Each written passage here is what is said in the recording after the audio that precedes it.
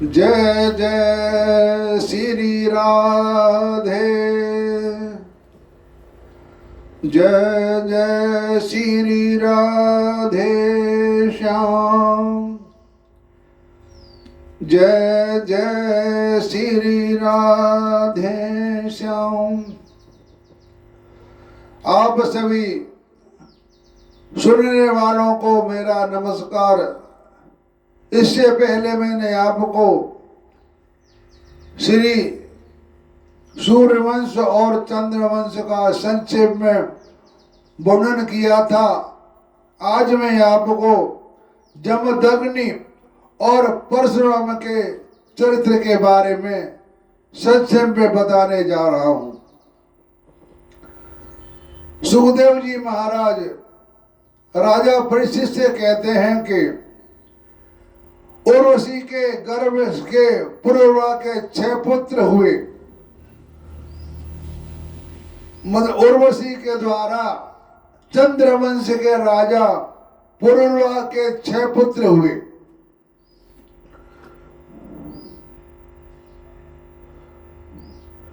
अब यहां पर इसमें नाम जय और विजय का भी आता है। आयु, सुतायु, सत्यायु, रय, विजय और जय। ये जय और विजय हैं। इनको आप भगवान के द्वार पर मत समझ बैठना, वो अलग हैं, ये अलग हैं। मैंने आपसे पहले भी कहा था कि एक ही नाम के और भी पैदा होते हैं। जैसे चंद्रमा हुआ, विष्णु हुआ, सूर्य भगवान हुए, जय विजय हुए। यह ऋषियों के भी पुत्र हैं और भगवान के भी पार्षद हैं।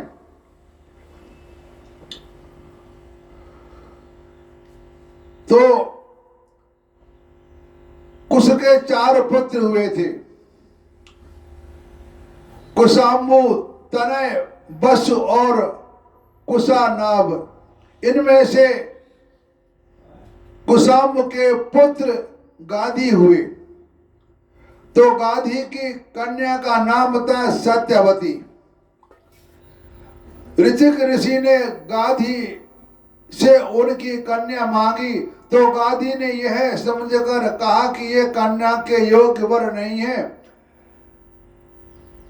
ऋतिक से कहा, मतलब कहने का है ये कि कुश के 4 पुत्र हुए थे। इनमें से कुशाम्ब के पुत्र गाधी हुए और गाधी की कन्या का नाम था सत्यवती।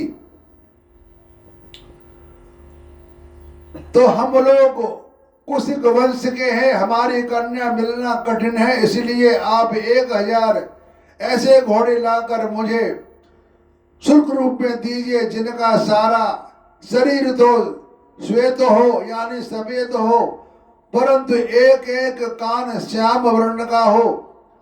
जब गाधी ने यह बात कही तब ऋतिक मुनि ने उनका आशय समझ गए और वरुण के पास जाकर वैसे ही घोड़े ले आए और उन्हें देकर सुंदरी सत्यवती से विवाह कर लिया।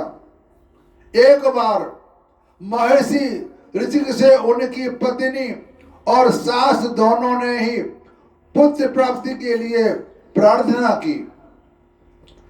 तो महर्षि ऋतिक ने उनकी प्रार्थना स्वीकार करके दोनों के लिए अलग अलग मंत्रों से यह चर पकाई और यानी खीर पकाई और स्नान करने के लिए चले गए।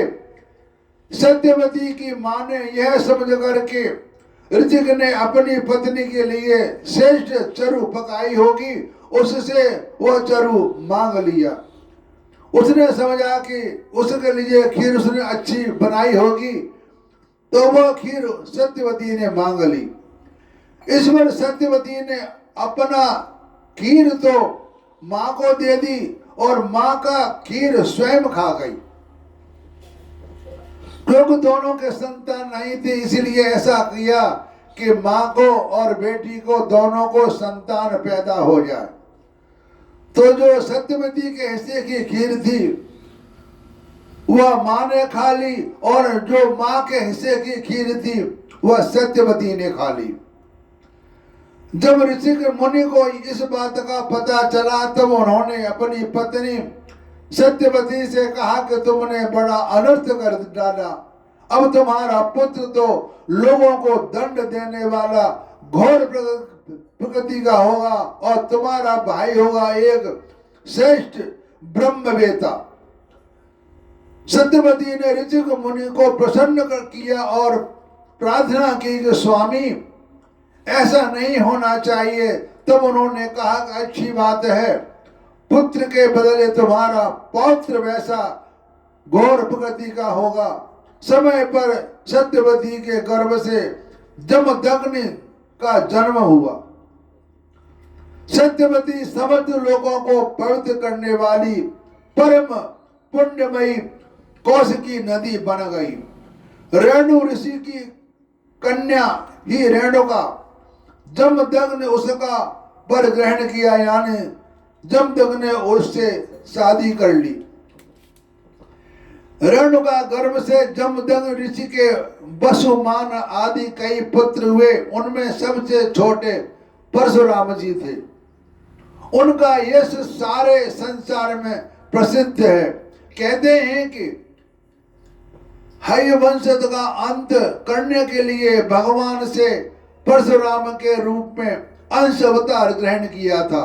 उन्होंने इस पृथ्वी को 21 बार क्षत्रियहीन कर दिया। यद्यपि क्षत्रियों की उनका थोड़ा सा अपराध किया था, फिर भी वे लोग बड़े दुष्ट ब्राह्मणों के अभक्त, रजोगुणी और विशेष करके तमोगुणी हो रहे थे। यही कारण था कि पृथ्वी के भार हो गए थे, और इसी के फलस्वरूप भगवान परशुराम ने उनका नाश करके पृथ्वी का भार उतार दिया। तो राजा परीक्षित ने पूछा, भगवान अवश्य ही इस समय के क्षत्रिय विषय लोलुप हो गए थे, परंतु उन्होंने परशुराम जी का ऐसा कौन सा अपराध कर दिया जिसके कारण उन्होंने बार बार क्षत्रियों के वंश का संहार किया। तो सुखदेव जी कहते हैं कि परीक्षित उन दिनों हयवंश का अधिपति था अर्जुन। ये अर्जुन वो नहीं जो भगवान कृष्ण के सामने थे, ये अर्जुन अलग हैं। वह एक श्रेष्ठ क्षत्रिय था। उसमें अनेकों प्रकार की सेवा शुश्रूषा करके भगवान नारायण के अंश अवतार दत्तात्रेय को प्रसन्न कर लिया, और उनसे 1000 भुजाएं तथा कोई भी शत्रु युद्ध में पराजित न कर सके। इसे का नाम सहसा अर्जुन भी कहते हैं, क्योंकि इनके 1000 भुजाएं थी। ये वरदान प्राप्त कर लिया, साथ ही इंद्रियों का अबाध बल, अतुल संपत्ति, तेजस्विता, वीरता, कीर्ति और शारीरिक बल भी उसने उनकी कृपा से प्राप्त कर लिया। वह योगेश्वर हो गया था। उनमें ऐसा ऐश्वर्य था कि सूक्ष्म से सूक्ष्म, मैं छोटे से छोटा, जैसे कि टुकड़े ना हो सके, और स्थूल से स्थूल रूप धारण कर लिया। मतलब बड़ा, इतना बड़ा कर लिया कि जिसकी हम कल्पना नहीं कर सकते कितना बड़ा है। उसको हम न लिख सकते हैं, न कल्पना कर सकते हैं। इतना बड़ा कि उसकी कोई सीमा नहीं, और छोटा इतना कि उसको हम देख भी नहीं सकते। छोटे से छोटा और बड़े से बड़ा। एक बार गले में वैजयंती माला पहने सहसा अर्जुन बहुत सी सुंदर स्त्रियों के साथ नर्मदा नदी में जल विहार कर रहे थे, यानी खेल रहे थे। उस समय मदोन्मत्त सहस्त्रबाहु ने अपनी बाह से नदी के प्रवाह को रोक दिया। दशमुख रावण का शिविर भी वहीं कहीं पास में था। नदी की धारा उल्टी बहने लगी, जिससे उसका शिविर डूबने लगा। यानी वहां पर रावण का एक समूह पड़ा हुआ था। जब वो नदी को सहस्त्र भाव ने रोक दिया तो वो पानी उसके जहां वो ठहरे हुए थे वहां पर पानी घुसने लगा। तो रावण अपने को बहुत बड़ा वीर तो मानता ही था, इसलिए सहसा अर्जुन का वो पराक्रम उससे सहन नहीं हुआ, क्योंकि रावण अपने आप को बहुत बड़ा बलवान मानते थे, अपने सामने किसी को कुछ समझते नहीं थे। जब रावण सहस्त्रबाहु अर्जुन के पास जाकर बुरा भला कहने लगा, तब उसने स्त्रियों के सामने ही खेल खेल में रावण को पकड़ लिया और अपनी राजधानी महेश्वरा में ले जाकर बंदर के समान बंद कर दिया, कैद कर दिया अंदर, जेल के अंदर। पीछे पृथ्वी जी के कहने से सहस्त्रबाहु ने रावण को छोड़ दिया, यानी पृष्ठ मुनि ने कहा कि इसको बेचारे को छोड़ दो, कोई बात नहीं है। तब सहसा अर्जुन ने रावण को छोड़ दिया। एक दिन सहस्त्रबाहु अर्जुन शिकार खेलने के लिए बड़े घोर जंगल में निकल गया था। देववश वह जमदग्नि मुनि के आश्रम पर जा पहुंचा। परम तपस्वी जमदग्नि मुनि के आश्रम में कामधेनु रहती थी। कामधेनु एक गाय होती है। उसके प्रताप से उन्होंने सेना मंत्री और बाणों के साथ हयधापति का खूब स्वागत सत्कार किया। कामधेनु गांव में यह विशेषता होती है, उससे हम जो कहें वो उसी समय तैयार हो जाता है। जो कुछ मांगे, खाना पीना, जो भी उससे वस्तु मांगे, कामधेनु गाय उसी समय दे देती है। तो वीर हयधिपति ने देखा कि जमदग्नि का मुनि का ऐश्वर्य तो मुझसे भी बड़ा चढ़ा है, मतलब ये तो मुझसे भी ज्यादा बढ़ा चढ़ा है, इसलिए उसने उनके स्वागत सत्कार को कुछ भी आदर न देकर कामधेनु को ही लेना चाहा। उसकी मन खराब हो गया कि यार कामधेनु गाय तो बहुत काम की है, इसी को यहां से ले लो। उनका मन खराब हो गया। उसने अभिमानवश जमदग्नि मुनि से मांगा भी नहीं, अपने सेवकों को आज्ञा दी कि कामधेनु को छीन लो। उसकी आज्ञा से उसके सेवक बछड़े के साथ बाय बाय डकराती हुई कामधेनु को बलपूर्वक महेश्वरपुरी में ले गए, अपने नगर को ले गया। जब वे सब चले गए तब परशुराम जी आश्रम पर आए और उसकी दुष्टता का वृतांत सुनकर चोट खाए हुए सांप की तरह क्रोध से तिल मिला उठे।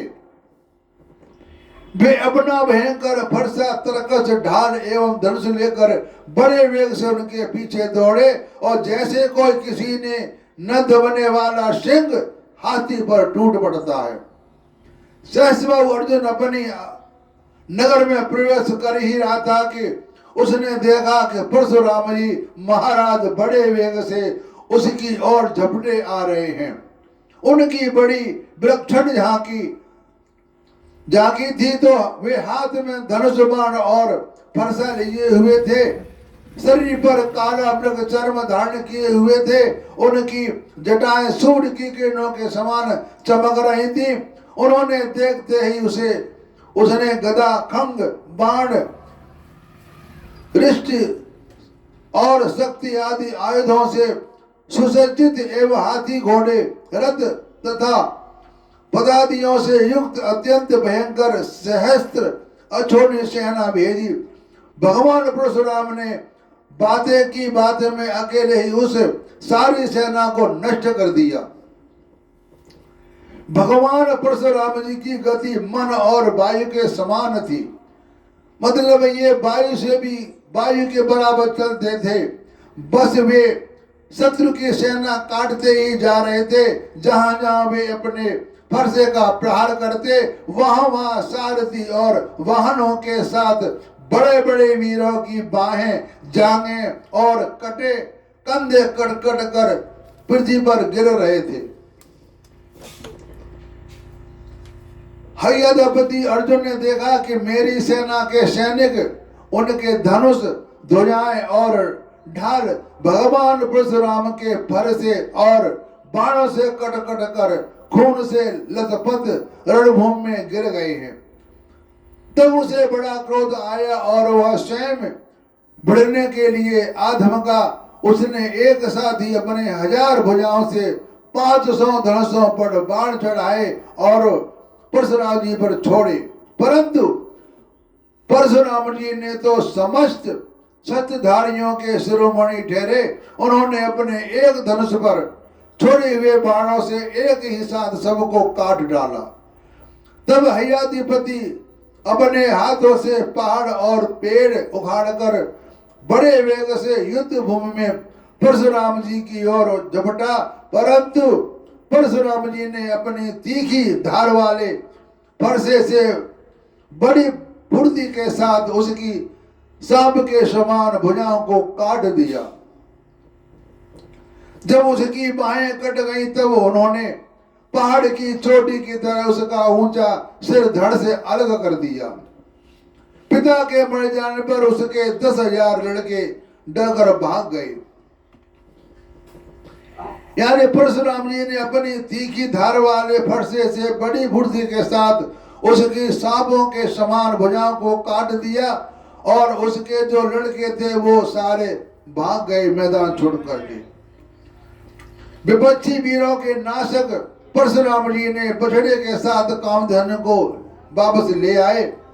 वे बहुत ही दुखी हो रहे थी। उन्होंने उसे अपने आश्रम पर लाकर पिताजी को सौंप दी। इनके पिताजी का नाम जमदग्नि है। और महिष्मता में सहस्रभाव ने तब उन्होंने जो कुछ किया था वो सब अपने पिताजी और भाइयों को कह सुनाया। सब कुछ सुनकर जमदग्नि मुनि ने कहा, हाय परशुराम, तुमने बड़ा पाप किया है। राम राम, तुम बड़े वीर हो, परंतु सर्वदेव में नरदेव का तुमने व्यर्थ ही वध किया। बेटा, हम लोग ब्राह्मण हैं, क्षमा के प्रभाव से ही हम संसार में पूजने हुए हैं। और तो क्या, सबके दादा ब्रह्मा जी भी क्षमा के बल से ब्रह्म पद को प्राप्त हुए हैं। ब्राह्मणों की शोभा क्षमा के द्वारा ही सूर्य की प्रभा के समान चमक उठती है। सर्वशक्तिमान भगवान श्री हरि क्षमवानों पर ही शीघ्र प्रसन्न होते हैं।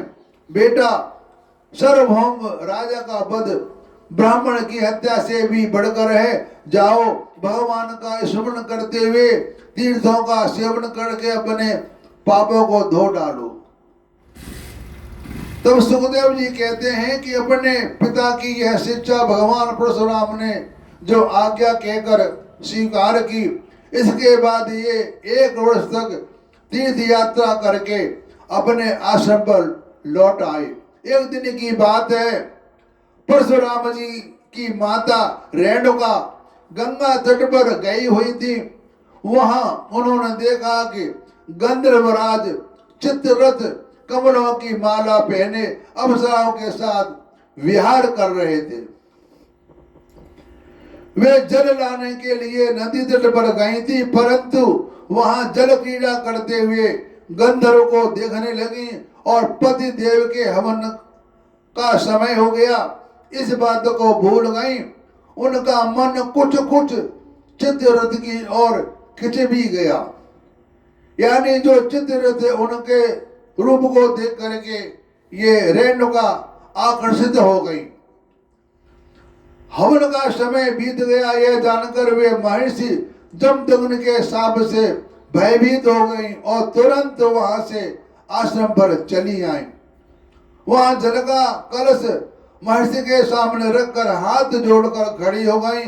जमदग्नि मुनि ने अपनी पत्नी का मानसिक व्यभिचार जान लिया और क्रोध करके कहा, मेरा पुत्र, इस पापिनी को मार डालो। परंतु उनके किसी भी पुत्र ने उनकी वह आज्ञा स्वीकार नहीं की। इसके मतलब जमदग्नि ने अपने पुत्रों से कहा कि इस मेरी पत्नी को, इसको अभी मार दो। लेकिन इस बात के लिए कोई तैयार नहीं हुआ। इसके बाद पिताजी आज्ञा से परशुराम जी ने माता के साथ जब सब भाइयों को भी मार डाला, इसका कारण था कि वे अपने पिताजी के योग और तपस्या का प्रभाव भली भांति जानते थे। परशुराम जी के इस काम से सत्यवती नंदन महर्षि जमदग्नि बहुत प्रसन्न हुए और उन्होंने कहा, बेटा तुम्हारी जो इच्छा सो वर मांग लो। मतलब यह काम परशुराम जी ने कर दिया, अपनी मां को उन्होंने मार दिया। तो पिताजी उन पर खुश हो गए, तो उन्होंने कहा कि बेटा जो तुम्हारी इच्छा सो वर मांग लो। तो कहते हैं पिताजी मेरी माता और सब भाई जीवित हो जाएं तथा इन्हें सब बात की याद न रहे कि मैंने उन्हें मारा था। तो परशुराम जी के इस प्रकार कहते ही जैसे कोई सोकर उठे, सब के सब अनायास ही सकुशल उठ बैठे। परशुराम जी ने अपने पिताजी का तपोबल जानकर ही तो अपने सुरदों को वध किया। तो सहस्रों अर्जुन जो लड़के परशुराम जी से हार कर भाग गए थे, उन्हें अपने पिता के वध की याद निरंतर बनी रहती थी। कहीं एक क्षण के लिए भी उन्हें चैन नहीं मिलता था। एक दिन की बात है कि परशुराम जी अपने भाइयों के साथ आश्रम से बाहर वन की ओर गए हुए थे।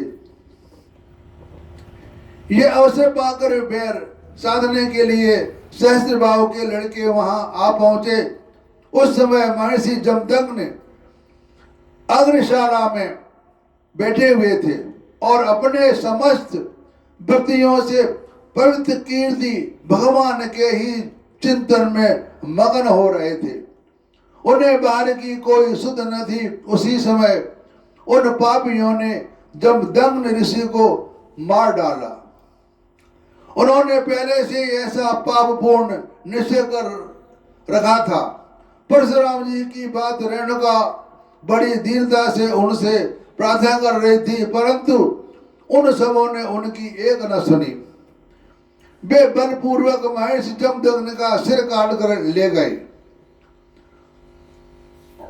मतलब सहस्त्रबाहु के जो लड़के थे वो आश्रम में आकर के जमदग्नि को मार करके उनका सिर काट कर ले गए थे। ऐसी पहले प्रथा थी कि शत्रु को मारते थे तो उसका सिर काट करके ले जाते थे। वे बलपूर्वक महर्षि जमदग्नि का सिर काट कर ले गए। तब वास्तव में नीच क्षत्रिय अत्यंत क्रूर थे। सती रेणुका दुख और शोक से आतुर हो गई। वे अपने हाथ में अपनी छाती और सिर पीट पीट कर जोर जोर से रोने लगी। परशुराम बेटा शीघ्र आओ। परशुराम जी ने बहुत दूसरे माता का हाय राम यह करुणा कंदन सुन लिया। वे बड़ी शीघ्रता से आश्रम पर आए और वहां आकर देखा कि पिताजी मार डाले गए हैं। उस समय परशुराम जी को बड़ा दुख हुआ, साथ ही क्रोध, असहिष्णुता, मानसिक पीड़ा और शोक के वेग से अत्यंत मोहित हो गए। पिताजी आप तो बड़े महात्मा थे, आप तो धर्म के सुख सच्चे पुजारी थे, आप हम लोगों को छोड़कर स्वर्ग चले गए। इस प्रकार विलाप कर उन्होंने पिता का शरीर तो भाइयों को सौंप दिया और स्वयं हाथ में फरसा उठाकर क्षत्रियों का संहार कर डालने का निश्चय किया। तो सुखदेव जी कहते हैं कि परीक्षित परशुराम जी ने महिष्मती नगरी में जाकर सहस्त्रबाहु अर्जुन के पुत्रों के सिरों से नगर को बीचों बीच एक बड़ा भारी पर्वत खड़ा कर दिया। उस नगर की शोभा तो उन ब्रह्मघाती नीच क्षत्रियों के कारण ही नष्ट हो चुकी थी। उनके रक्त से एक बड़ी भयंकर नदी बह निकली, जिसे देखकर ब्राह्मण द्रोहियों का हृदय भय से कांप उठता था। भगवान ने देखा कि वर्तमान क्षत्रिय अत्याचारी हो गए हैं, इसलिए राजन उन्होंने अपने पिता के वध को निमित्त बनाकर 21 बार पृथ्वी को क्षत्रहीन कर दिया और कुरुक्षेत्र के समंत पंचक में ऐसे ऐसे 5 तालाब बना दिए जो रक्त से जल से भरे हुए थे। तो परशुराम जी ने अपने पिताजी का सिर लाकर उनके धड़ से जोड़ दिया और यज्ञों द्वारा सब देह में आत्मस्वरूप भगवान का यजन किया। यज्ञ में उन्होंने पूर्व दिशा होता को, दक्षिण दिशा ब्राह्मण को, पश्चिम दिशा ऊर्ध्व को और उत्तर दिशा सामगान करने वाले उद्गाता को दे दी। इस प्रकार अग्निकोण आदि दिशा ऋतुजों को दी। इसके बाद यज्ञान स्नान करने से समस्त पाप से मुक्त हो गए और ब्रह्म नदी सरस्वती के तट पर मेघ रहित सूर्य के समान शोभायमान हुए। महर्षि जमदग्नि को स्मृति रूप संग संकल्प शरीर प्राप्त हो गई और परशुराम जी ने सम्मानित होकर सप्त ऋषियों के मंडल में सातों ऋषि हो गए। यानी ये कहानी थी जो कि परशुराम ने क्षत्रियों का संहार किया, क्योंकि क्षत्रियों ने ही उनके पिता जमदग्नि का सिर काट डाला था। तो महाराज गादी के पुत्र प्रज्वलित अग्नि के समान परम तेजस्वी विश्वामित्र जी, इन्होंने अपने तपोबल से क्षत्रिय तत्व का त्याग करके ब्रह्म तेज प्राप्त कर लिया और विश्वामित्र जी के 100 पुत्र हुए थे। तो ये कहानी थी जमदग्नि और परशुराम की। इसके बाद में आपको अब मैं अपनी वाणी को विराम देता हूं। इसके बाद में आपको राजा दुष्यंत और भरत जी के चरित्र का वर्णन करूंगा। इसे अगली वीडियो में आप ये देखना। हरिओम तत्सत।